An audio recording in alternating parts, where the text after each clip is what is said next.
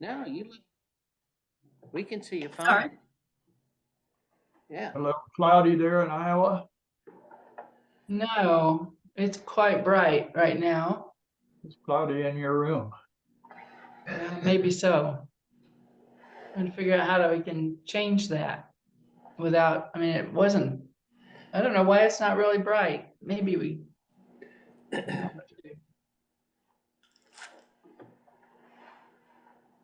Are you all packed?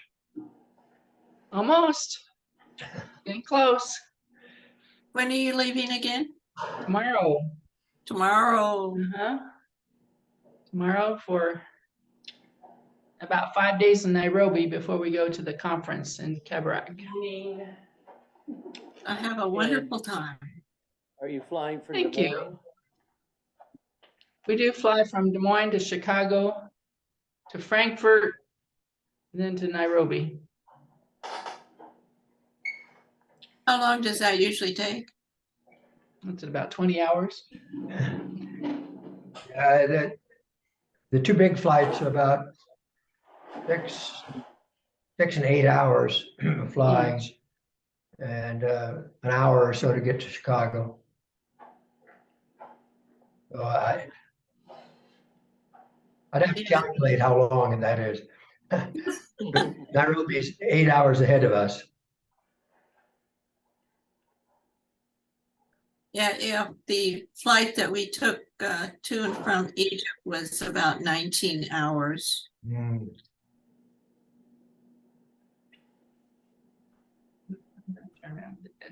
In our younger days, we didn't mind that. We don't look forward to it now. Right. Yeah. Now you're Brighter in that part of the room. Yeah. We just moved around the table. There you go. Now we can see your faces better. Oh, thank you. I guess the light coming from the window dimmed your camera. Mhm. And Does everybody know what 6 months from today is? but what is? I don't think they heard me. It's probably a good thing. What'd you say, Lauren? 6 months. from 6 months from today is Christmas? Yeah. Ho, ho, ho. oh. Bah humbug. It's 5 months. Christmas has become a second holiday. June, July, August. Okay, yeah. July, August. Got your Christmas shopping done then? I think No, I'm done. Or I would like to be. We've never started. It's not one of Dan's favorite things to do is to shop for Boy, oh, Christmas. Or anything. Christmas in July seems to be a new theme for some commercial places. I think it ought to be in January. In trouble. Were you good this week? Good. Be a nice winter break. There's a very touching story in Angels magazine, or one magazine, where the boy got a promise of a Christmas present, but it was going to come after Christmas. And it turns out the father knew that the bikes were going to on sale after Christmas at Lazarus. So he waited until the after Christmas sales and got a much better deal on a nice bike. And it was his favorite Christmas present for his whole life.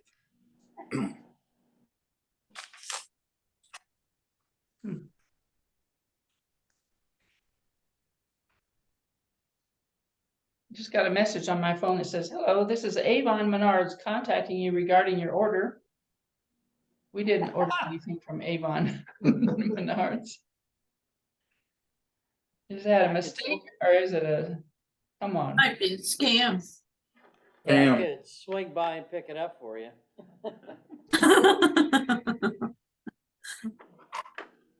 Your order has been flagged in our system for overdue 7+ days and needs to be picked up. Ah. Yeah. Spam. It's worse than spam. It's a scam. And don't click on that, unopen it. Delete. Delete. Okay, Meg, good morning, Megan. Hi, my neighbor who has a little issue is playing music very loudly. And it includes some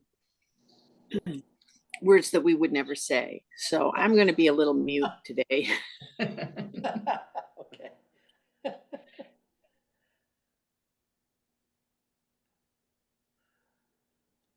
Well, Chip would never say those words because, you know, as we recall, he made a bargain with God to give up swearing. And I did. So there. I think these are words that might not occur to us at all. Oh, okay. Oh.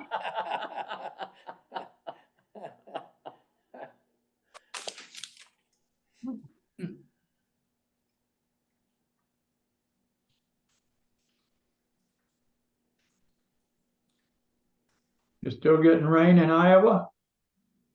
Almost nothing. It's we're at a rather critical stage right now.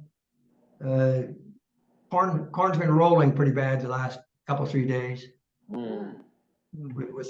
with nothing in the forecast. But that's sort of typical thought of us farmers, that we think we lose the crop at least twice every summer.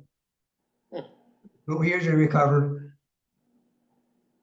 We had 1/4 inch yesterday. That helped a little bit. For how long? 2 days. But you don't have any way to irrigate or have a No, roving there's al- sprinkler There's system? almost no irrigation in Iowa. Because historically, we always get a crop.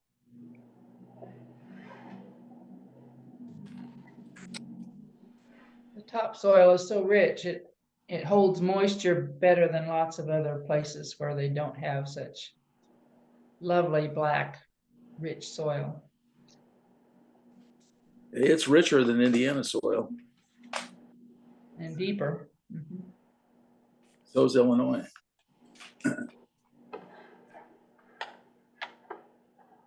Our cornfield looks really good. Our cornfield? Nancy said our cornfield looks really good. But it's not ours. Well, kind of. It's in the family, but it's not ours. But it was sure thirsty. I was glad for the rain we got this morning. And hopefully we'll get more this afternoon, starting at 3. That's what they say. I know. They say, the experts. Which probably means it won't do anything or a tornado will come through. Don't need that.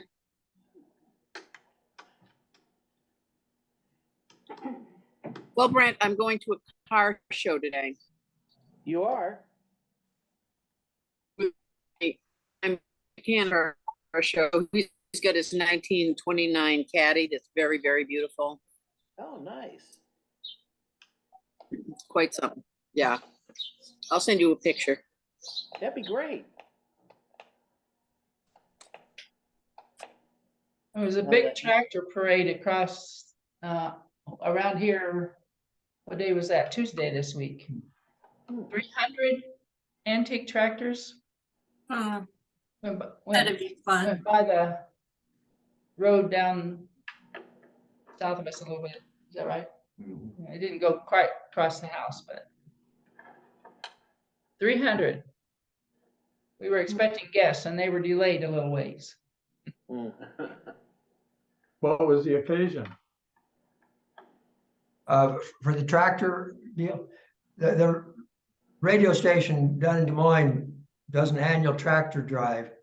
Every year they vary it to different parts of the state. And it's a 3-day event. And they, I don't know, guys just like to renovate a tractor and drive it for 3 days. Tuesday is a little bit interesting. Why would it not be on a Sunday or something, Saturday? All the farmers are in church on Sunday. They're supposed to be in the fields on Tuesday. But we're at that stage. There's really nothing to do in the fields right now. Okay, Corn's 6 feet tall and soybeans are pretty well finished. I think high percentage of those driving are retired. Because what farmer has time to renovate a tractor until he retires? That's true. is it a money-making event for charities of some sort? I don't know. There's a pretty hefty fee to join it. But they get fed and what have you. I don't know. It's not advertised as a fundraiser. I enjoy the tractor shows and the car shows both. Well, the annual British Car Show in Indiana is in 4 weeks, so I'm trying to decide. I've registered. So. Where is that? It's up in Zionsville.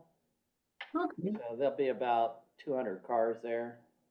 This year they do one, they honor one every year. And this year it's the original Mini Cooper. Those little teeny bug-like cars. So Yes. the new ones don't count.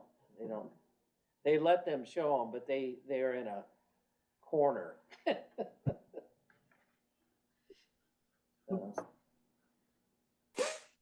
If it's a nice day, I'll go up. It's a long drive in an old car.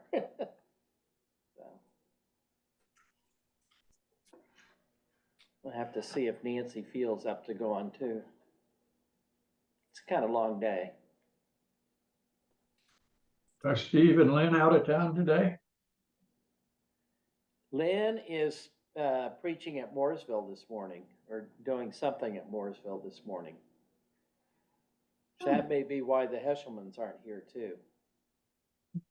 I don't know if there's something special going on at Sunday school hour and then worship or what. Although the Heshelmans might already be gone. I don't know when they were headed towards Kenya. They were going to go on one of the pre-conference excursions on a safari, so yeah, they could be gone by now.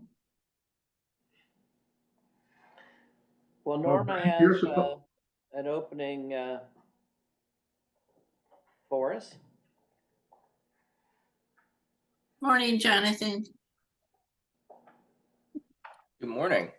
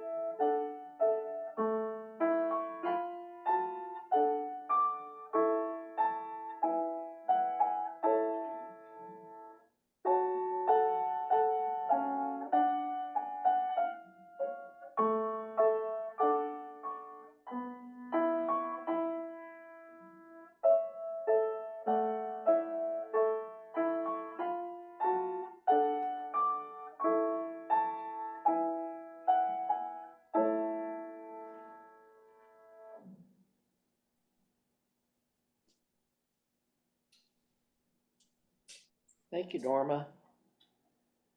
For announcements, the only one I'm aware of is we will have Sunday school this morning, even though Lynn won't be here. We'll be discussing the woman in Luke 13 who Jesus heals on the Sabbath, the crippled woman, and I figure she's been waiting a few weeks. We should see if she's healed by now or not. And what we know about her compared to some other biblical figures. Joys and concerns to share this morning?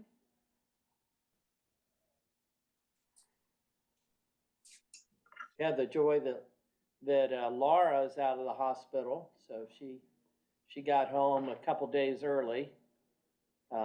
She'll have to go back Friday to have some laser procedure to have the kidney stone broken up. It was a very large one, or is a very large one, but she's home with pain meds and the medications have cleared that up.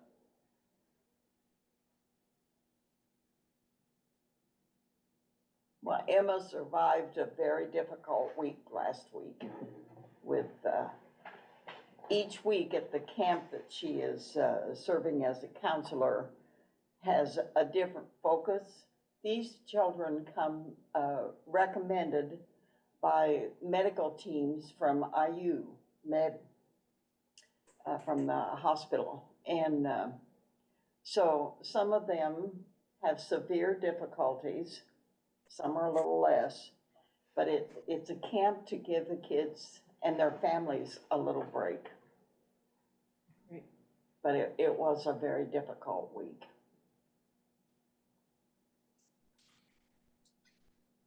And the Beans take off tomorrow? Yes, we do. We'll be returning on the 24th of July. Probably won't try to reach you in the middle of the night Okay. the next few weeks. A number of friends from Western are traveling there, so we should, as well as from across the US and Africa to attend that, so we should hold those good folks in God's light and love. Please do. God, oh, No, go ahead. God was with me this week, and because I was almost in 2 car crashes, but I was not driving either time. But it could have been real serious. I thanked God and had a glass of wine when I got home. Sound like me after I rolled the tractor. Well, I'm not going to Kenya, but I am flying to Oregon this week be gone like 10 days for Friends General Conference's summer gathering, leading a workshop and actually leading 2 workshops and doing a couple other things while I'm out there. So prayers that I am sensitive to God's leading as I'm leading these things. And when I get back, then I'll be the Quaker lecturer at Canadian yearly meeting for 4 days. But I'm not going there. I'm going to do that via Zoom. So prayers would be appreciated for both those. I think Brother Dave's taking a trip this week as well. Pardon? I think Dave is taking a trip as well this week and next week. Up to New England, Cape Cod. Can't hear you, Dave. You're on mute.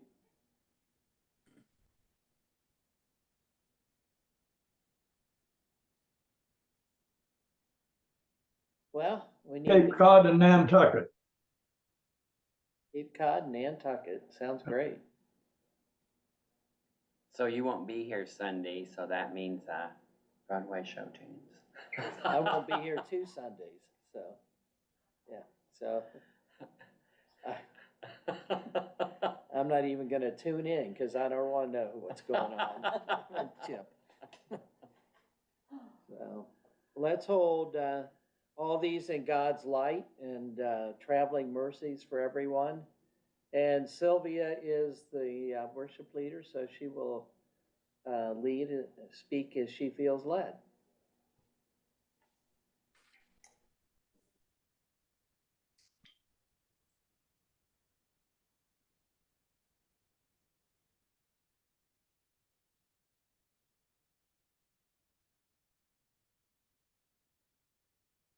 After a full day of teaching and challenging discussions with the people in Jerusalem, the 8th chapter of John says, when the people went to their homes, Jesus went to the Mount of Olives.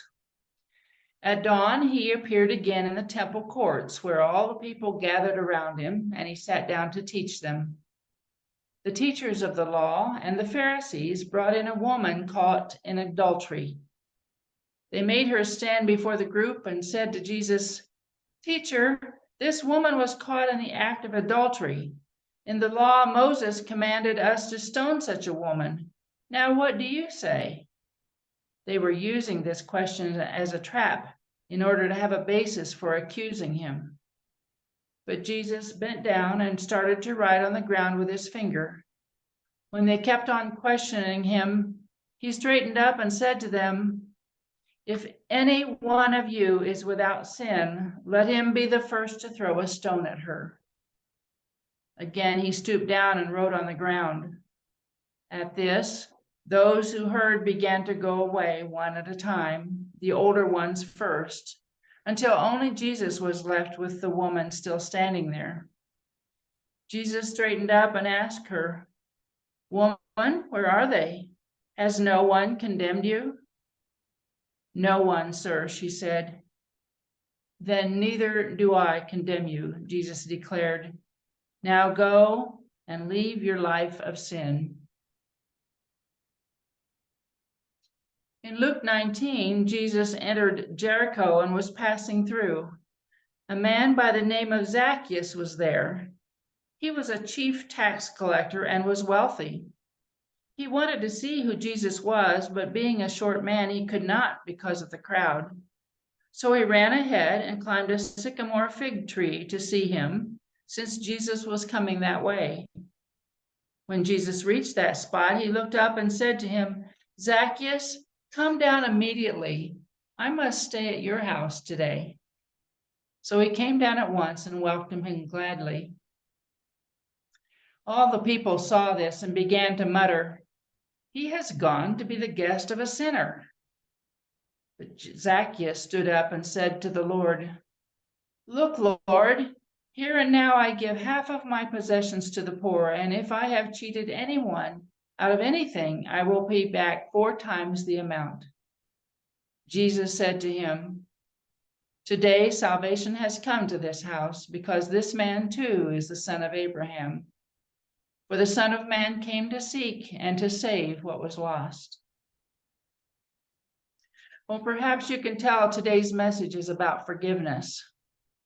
I've been thinking of how difficult forgiving people who do terrible deeds in this world. How difficult it is ever since Chip gave his message about holding grudges.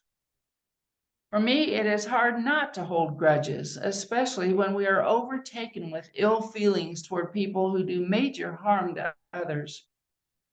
If it were my child who was killed or even witnessed a school shooting, I can't imagine having the ability to forgive the murderer. I can't imagine how I would process the pain that comes from people with such sick minds. But I have heard that some parents who make it through those terrible situations have been able to feel compassion in their hearts for that person whose lack of love and acceptance through their lives has driven them to such extreme anger.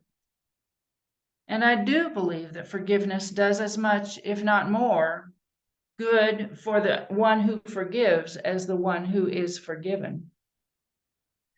Did you notice that in both scripture readings, Jesus did not judge either person? Rather, he leaves the judgment to God and simply takes Zacchaeus and the woman caught in adultery forward into the future from the point when he met them into a better version of themselves. It seems that their past was disregarded as the clarity of their wrongdoing came into view, and that their past mattered less to Jesus than his hope for their future. What a gift is given to each of us when Jesus confronts us with our wrongdoing and simply trusts that we won't do it again. And we probably all know we repeat those wrongdoings more often than we want to admit. In Matthew 18, Peter came to Jesus and asked, "Lord, how many times shall I forgive my brother when he sins against me? Up to 7 times?" Jesus answered, "I tell you, not 7 times, but 77 times. So God does not give up on us, but he loves us through the process of becoming who and how he wants us to be.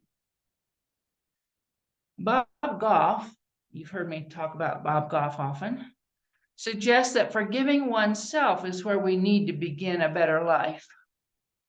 He writes in his book, Live in Grace, Walk in Love, "It's hard enough having to endure our failures, but the failure itself usually isn't as bad as the story we tell about it. We'll tell ourselves our worth took a hit because we've tied it to our performance. Our darker angels say we should have known we wouldn't amount to much because we let someone we love down. We say we'll never risk giving our heart away again because it just never works out. The failure isn't where we get roadblocked. Failure is just a part of being human. The problem is usually the story and the lack of forgiveness we give ourselves that keeps us from moving past us." Bob Goff says Jesus saw people's failures as an opportunity to tell them the truth about themselves. After Peter denied Jesus on the loneliest night of his life, Jesus told him he would become the rock the church would be built upon. After the woman was caught in adultery and thrown at his feet, Jesus told her she wasn't condemned. He said there was hope for a beautiful future if she wanted it. As he forgave people who brought shame upon themselves, he always took the opportunity to say they were more than their mistakes, and his grace was bigger than their lives. Jesus pointed people toward a better version of themselves. He saw their shame and knew the story they told themselves could have a greater paralyzing effect on their lives than the failure itself. He wanted them to know their value wasn't based on their ability to get it right. He wanted them to understand that who they were was more important than what they had done. He wanted them to know he saw them at their worst and had never loved them more. Bob concludes by saying, next time you mess up, don't invent a new plot. Don't tell yourself a story different from the story Jesus has been telling you. Listen to Jesus instead. In the new issue of Christian Century magazine, a woman named Marina Katakuzino writes an article titled The Corrosive Power of Regret. In it, she says there is a distinction between guilt and regret. Regret is for something you haven't done or said, the what ifs and if onlys of life, while guilt is for harmful things you have done or said. They require a similar interior response, which is self-compassion. She felt both when her daughter was 10 and she had gone into the bathroom to take her a towel. When the daughter stood up to get out of the bathtub, she heard herself saying, "Darling, I think you need to lose weight." The daughter had looked horrified, grabbed the towel, ran out of the bathroom, and locked herself in the bedroom and proceeded to howl in despair. Marina knew she had said something that she would never be able to take back and could have damaged their relationship beyond repair. Self-forgiveness should include a resolution to change and to behave differently in the future, which she tried to do. And a few years later, when she told her daughter about this particular regret, the daughter said, "That's interesting. I had mostly forgotten. but your regret keeps bringing it up and reminding me. This article in Christian Century also makes reference to a therapist named Randy Jansen, who authored a book titled Forgiveness, a Giant Step on the Path of Healing. In it, he writes that as a teenager, he missed his dying mother's final conscious hours on earth because instead of visiting her hospital bedside, he chose to go out with friends. He had no idea, of course, that in doing this, he would lose forever the opportunity to say goodbye. For many years after, the consequences of his decision left him, excuse me,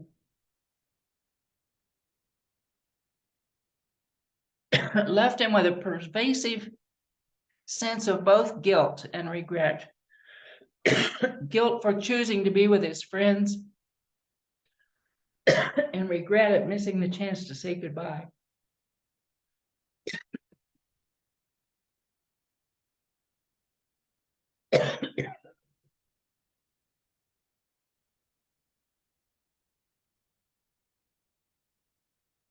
The fact that he had been a loving and dutiful son all through his mother's terminal illness made no difference to his sense of defeat. Dan's going to take over here. Mariana is the founder and author of the book, The Forgiveness Project, Stories of a Vengeful Age, and also Forgiveness and Exploration. She facilitated a program in prisons where she encouraged prisoners to share their personal stories through the lens of self-compassion. She reports that many prisoners were utterly demoralized from feelings of guilt and regret. Some prisoners who are in the process of turning their lives around say, "I don't regret anything because I like the person I've become. How can I have regrets when everything I've done in the past has brought me to this much better place that I'm in now?" In research, her colleagues found that self-forgiving offenders were more likely to report attempts to apologize or make amends to their victims than other offenders were. They also found that offenders who forgave themselves reported fewer lasting negative consequences of the wrongdoing and more positive ones. She concludes that offenders who took responsibility for their crimes were better able to reach a point of self-forgiveness. This owning of guilt is relevant for all of us. It is about accepting our bad behavior without continually ruminating over it or allowing it to overwhelm us. Accepting ourselves and forgiving ourselves means taking responsibility for our own contributions to a painful or problematic situation and vowing to make amends, to move on, but also in helping ourselves transform the corrosive power of regret. As Richard Rohr says, if we do not transform our pain, we will most assuredly transmit it. These are the words of the song Norma will play at the end of our worship, which were written in Sibelius, Finlandia by Gloria Gaither. If you have your hymn book, the Sing Joyfully hymn book, you can find them on page 133. It says, "I then shall live as one who's been forgiven. I'll walk with joy to know my debts are paid. I know my name is clear before my Father. I am his child. I am not afraid. So greatly pardoned, I'll forgive my brother. The law of love I'll gladly obey. I then shall learn as one who's learned compassion. I've been so loved that I'll risk loving also. I know how fear builds walls instead of bridges. I dare to see another's point of view. And when relationships demand commitment, then I'll be there to care and follow through. Your kingdom come around and through and in me. Your power and glory, let them shine through me. Your hallowed name, oh, may I bear with honor, and may your living kingdom come in me. The bread of life, oh, may I share with honor, and may you feed a hungry world through me.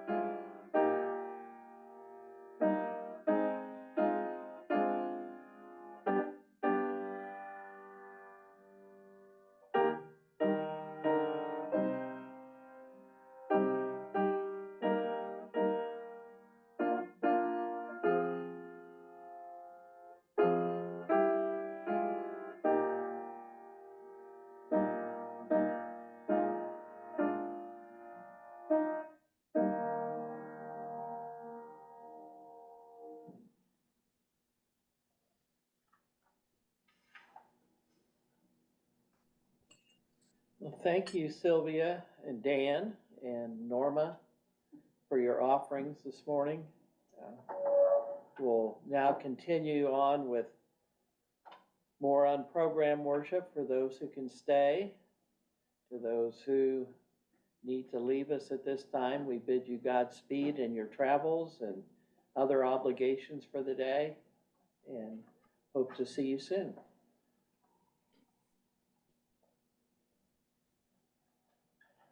Thank you, Sylvia and Dan.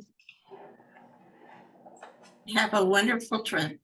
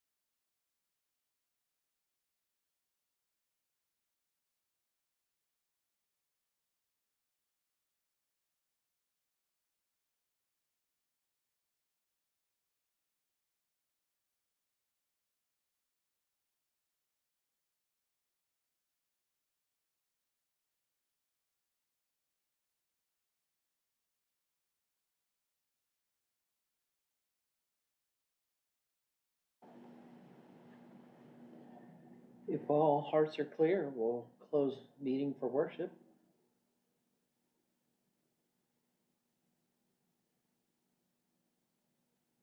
My heart's clear. Well, hope to see you in Sunday school in a few minutes if you can, and if not, I'll see you in a few weeks. Others will see you before then, hopefully. So. Bye. Bye. Bye.